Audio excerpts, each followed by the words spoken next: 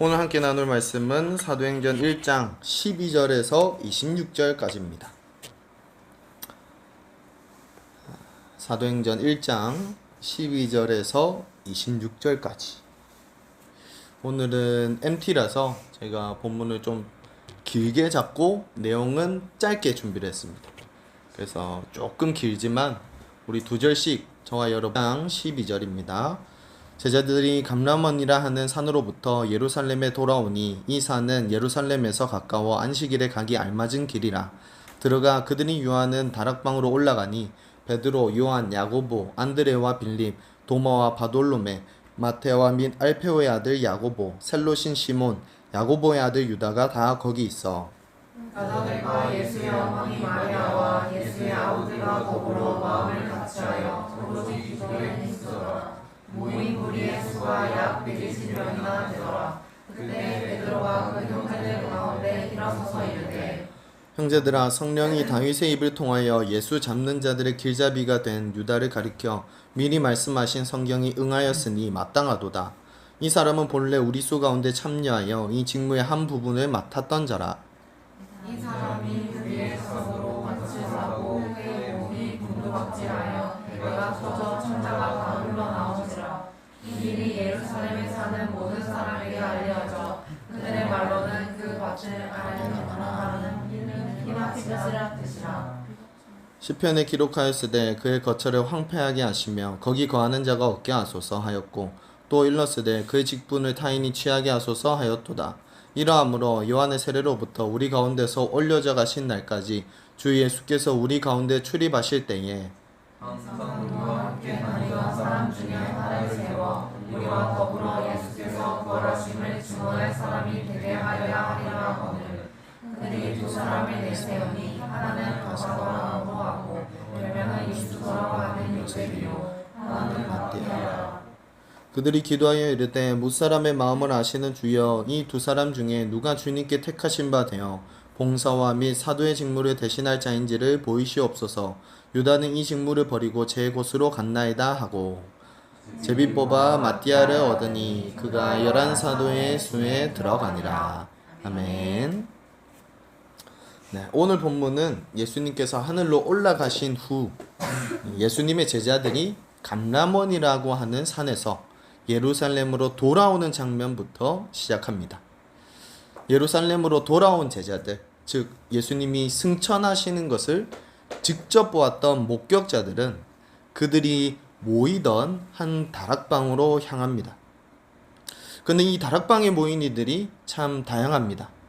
가룟 유다를 제외한 11명의 사도들, 또 막달라 마리아나 안나와 같은 여인들, 예수님의 어머니 마리아와 예수님의 동생들까지 각자의 출신 지역도 다르고 원래 가졌던 직업도 달랐을 사람들이 한 곳에 모였습니다. 마치 우리 출신 캠퍼스도 다르고 전공도 다르고 사는 지역도 몹시 다양한 우리 ESF가 떠오릅니다.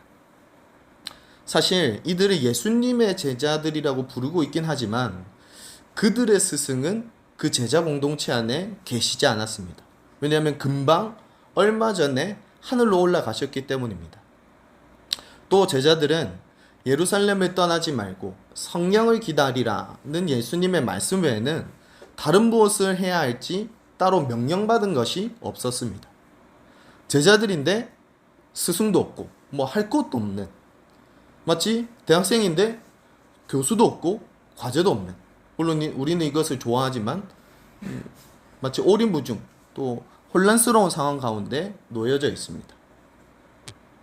여러분도 잘 아시는 것처럼 모인 사람들이 개성이 강하면 강할수록 또 그 특성이 다양하면 다양할수록 뭐 작은 한 가지도 결정하기가 쉽지 않습니다.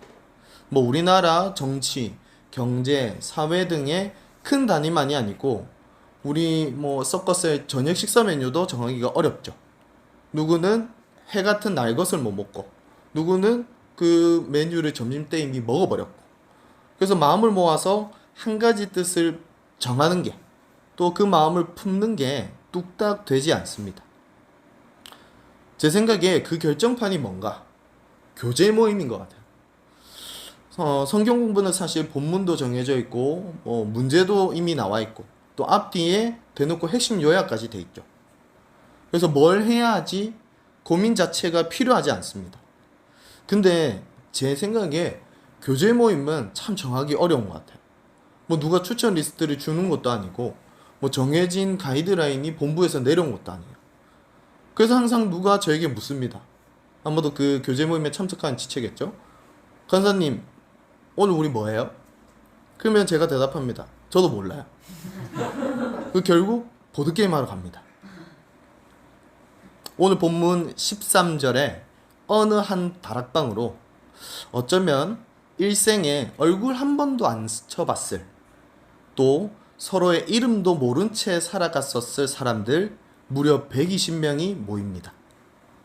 제자들인데 스승이 계시지 않은 자리에 기다리는데 뭘 해야 할지 구체적으로 모르는 상황 가운데 스승의 말씀만을 의지해서 함께합니다.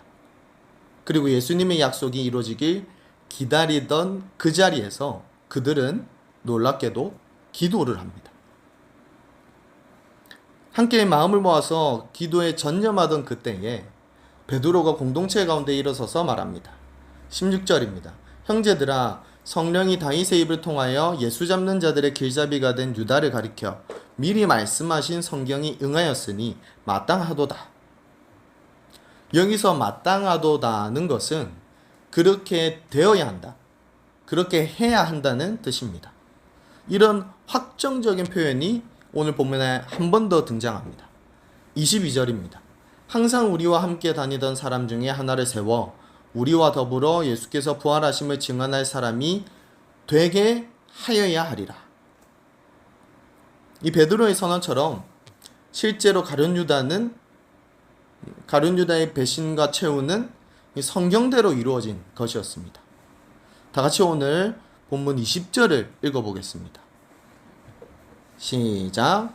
시편에 기록하였을 때 그의 거처를 황폐하게 하시며 거기 거하는 자가 없게 하소서 하였고 또 일렀으되 그의 직분을 타인이 취하게 하소서 하였도다.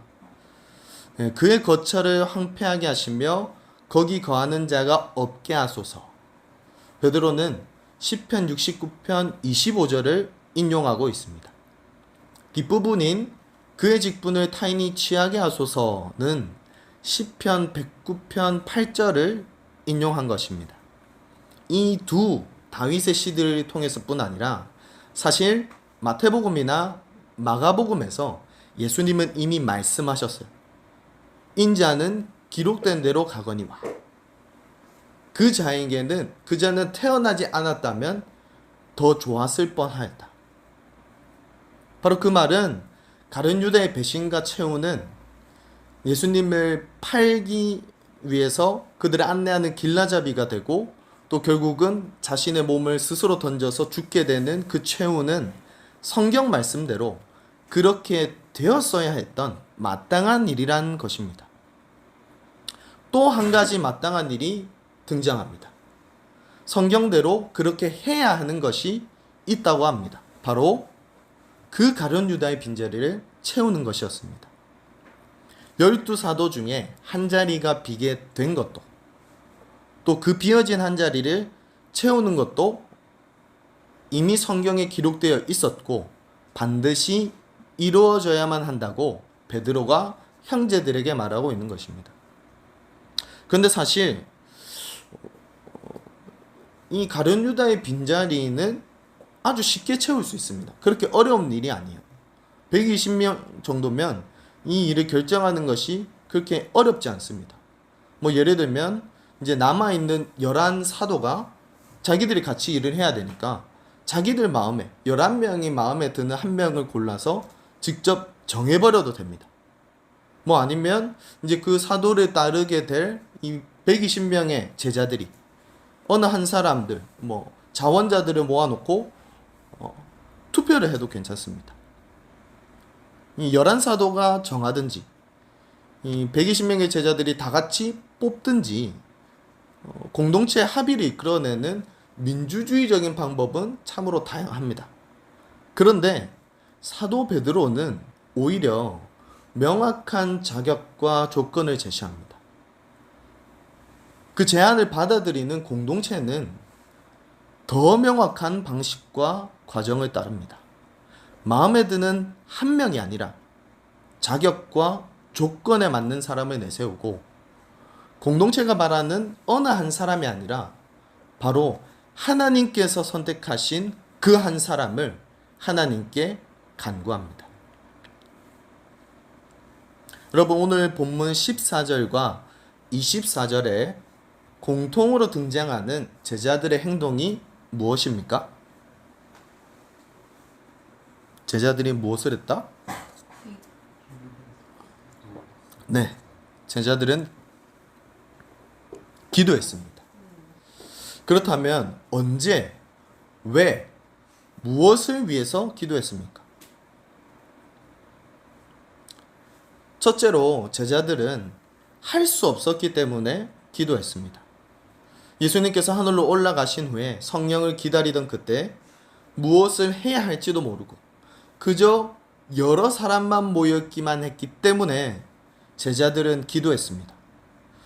그렇다고 어떻게 특별한 노력을 한다고 성령님이 더 빨리 오시는 것도 아니었고, 120명이 한 번에 기도하면 이 권능이 갑자기 빡 생기는 것도 아니었습니다. 근데 그래도 제자들은 기도했습니다. 다 같이 한 마음 한 뜻으로 기도에 몰두했습니다. 어쩌면 기도 말고는 이 제자들이 따로 할 수 있는 일이 없었기 때문인지도 모릅니다. 그런데 또 어쩌면 오직 기도만이 그들이 기다리면서 가장 필요로 했던 것일 수 있습니다. 지금 제자들은 예수님 말씀을 의지해서 예수님 약속을 기다리면서 예수님께 기도하고 있는 것입니다. 둘째로 제자들은 할 수 있었어도 기도했습니다. 사도 베드로와 이 120명의 제자 공동체는 성경 말씀대로 이루어져야 하는 두 가지를 잘 알고 있었습니다. 가룟 유다의 배신과 최후는 말씀대로 이루어졌고, 이제 그 빈자리를 말씀대로 채워야 하는 것을 알고 있었습니다. 근데 아까 말씀드렸던 것처럼 이 일은 너무나 쉬웠어요. 잘 할 수 있었어요. 그런데 제자들은 굳이 기도했습니다. 예수님과 사도들과 쭉 동행해 왔던 사람, 예수님의 승천을 직접 목격했던 두 사람을 오늘 본문에 나오는 요셉과 마띠아를 세워놓고 아주 당연한 것처럼 하나님께 기도를 합니다. 조건과 자격에 맞는 사람이 이미 있으면 정하면 되죠. 그런데 하나님께 그 결정을 맡겨드렸습니다. 하나님의 결정을 자신들이 알게 해달라고, 볼 수 있게 해달라고 구했습니다. 제자들은 아마도 요셉이나 마띠아 둘 중에 누가 되든지 아마 감사로 순종했을 것입니다. 이 12사도가 다시 충원되었던 것을 기뻐하면서 이 새롭게 사도가 된 지체를 응원하고 지지했을 것입니다. 왜냐하면 제자들의 중심은 문제 해결에 있지 않았기 때문입니다. 문제 해결만을 원했다면 이렇게 어려운 방식, 이렇게 귀찮은 과정을 거치지 않았을 것이기 때문입니다. 제자들은 하나님 말씀대로 이루어지는 이 일을 하나님께서 이루어지길 원한 것입니다. 여러분, 우리는 과연 언제, 왜, 무엇을 위해 기도합니까? 할 수 없기 때문에 기도를 합니까? 아니면 할 수 있음에도 기도합니까? 이 질문을 뒤집어서 여쭤보겠습니다. 그러면 우리는 과연 언제, 왜, 무엇 때문에 기도하지 않습니까? 할 수 없기 때문에입니까? 할 수 있으니까입니까? 우리는 할 수 없으니까 기도하지 않고 할 수 있기 때문에 기도하지 않습니다. 아무것도 할 수 없을 때는 혼란과 걱정에만 빠져서 기도하지 않습니다. 충분히 할 수 있을 때는 자기 능력과 생각에 빠져서 기도하지 않습니다. 자신을 의지하기 때문입니다. 자신이 가진 무엇인가에 기대기 때문입니다. 그 생명과 삶이 자기 자신 혹은 자기가 가질 무언가에 있기 때문입니다. 우리는 살아가면서 아무것도 할 수 없는 것이 있을 때가, 아무것도 할 수 없는 때가 분명히 찾아올 것입니다. 물론 또 쉽고 간단하게 해낼 수 있는 일들이 또 닥쳐올 것입니다. 그러나 우리는 이 두 가지 경우들에 상관없이 기도해야 합니다.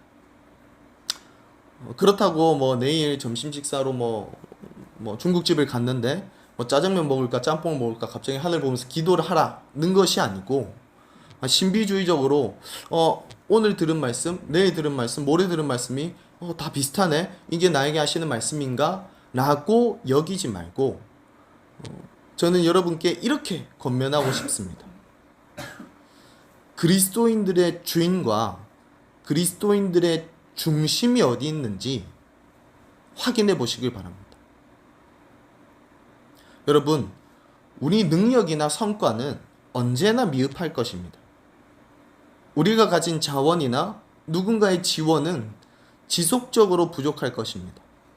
외부적으로나 내부적으로나 상황들은 점점 악화되어만 갈 것이고, 가지고 있던 조건이나 환경은 항상 격하게 변동될 것입니다. 무엇을 해야 할지 모를 때가 생기고, 잘할 수 있던 것도 안 될 수 있다는 것입니다. 우리는 그때 누구를 의지해야 하겠습니까? 아니, 애초에 우리는 누구에 의해 그리스도인이 되었습니까? 제자들의 삶은 오직 예수님께 있었습니다. 삶의 의미도 목적도 오직 예수님이었습니다. 그래서 기다린 것이고, 그러니까 기도한 것입니다.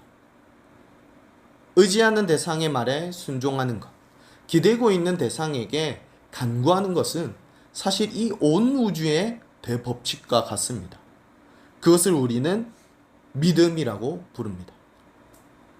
오늘 본문에서 마띠아는 공동체와 하나님에 의해서 한마음 한뜻으로 세움받습니다.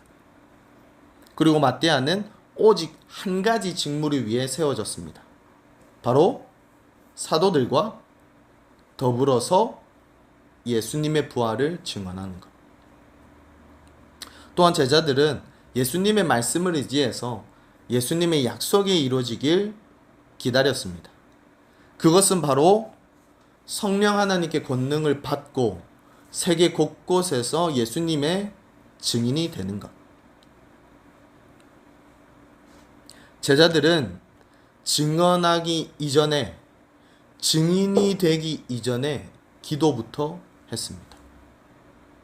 놀랍게도 말씀하시고 말씀대로 이루시는 분께서 약속도 주셨고 권능도 주셨습니다. 우리를 택하신 하나님이 우리를 그분의 증인으로 삼으셨습니다. 우리의 주인은 하나님이시고 우리의 중심은 하나님을 향해야 합니다. 그러므로 우리는 기다리고 순종하고 기도해야 합니다. 기도가 바로 우리가 전할 증언의 시작입니다. 오늘 본문 14절 후반부입니다. 더불어 마음을 같이하여 오로지 기도에 힘쓰더라. 다락방에 모인 제자들은 그 자리에 모인 모든 공동체원들이 다 함께 같은 마음과 같은 뜻을 두고 지속적으로 기도에만 몰두하고 전념했다고 기록하고 있습니다. 24절 후반부와 25절 초반부입니다. 무사람의 마음을 아시는 주여, 이 두 사람 중에 누가 주님께 택하신 바 되어 봉사와 및 사모의 직무를 대신할 자인지를 보이시옵소서. 제자들의 기도는 오직 하나님을 향하고 있습니다. 하나님의 뜻을 위해서 기도합니다. 하나님께서 역사하시길 기도합니다. 오늘 우리 ESF 부산지구 모든 지체들이 오직 하나님께만 기도하는, 모두가 함께 기도하는, 같은 마음과 같은 뜻을 품고 기도하는 하나된 증인들 되시기를 진심으로 소원합니다. 제가 기도하고 마치도록 하겠습니다. 하나님 감사합니다. 오늘 사도행전을 통해서 우리의 입으로 나와야 할 그 증언 이전에 우리의 전신과 우리의 모든 심령이 어디로 향해야 하는지, 또 무엇부터 시작해야 하는지 바로 알게 하심에 참으로 감사드립니다. 비록 우리는 눈에 보이는 것들로 혹은 가지고 있는 것들로 우리의 삶을 판단하거나 평가하지만, 온전히 사람의 마음을 전부 아시는 하나님께서는 그 길을 예비하시고 우리의 계획조차 이미 하나님께서 이루고 계시는 하나님의 섭리인 줄을 고백합니다. 우리가 입을 열어서 하나님께 간구할 때에 하나님이 하시려는 일들을 알게 해달라고, 또 우리의 마음이 거기에 쏟아지게 해달라고 기도할 수 있도록 도와주시고, 그것이 온전히 하나님의 하나님 되심을 증언하는 것, 예수 그리스도의 복음을 모든 사람에게 전파하는 것이 될 수 있도록 우리의 마음과 생각을 한 곳으로 모아 주시옵소서. 이 MT와 함께하고 계시는, 또 이 자리에 있으나 멀리 있으나 예배드리기 위하여 이 시간을 드리고 있는 모든 예배자들의 예배를 연락하고 계시는 우리의 중보자 예수 그리스도 이름으로 기도드립니다. 아멘.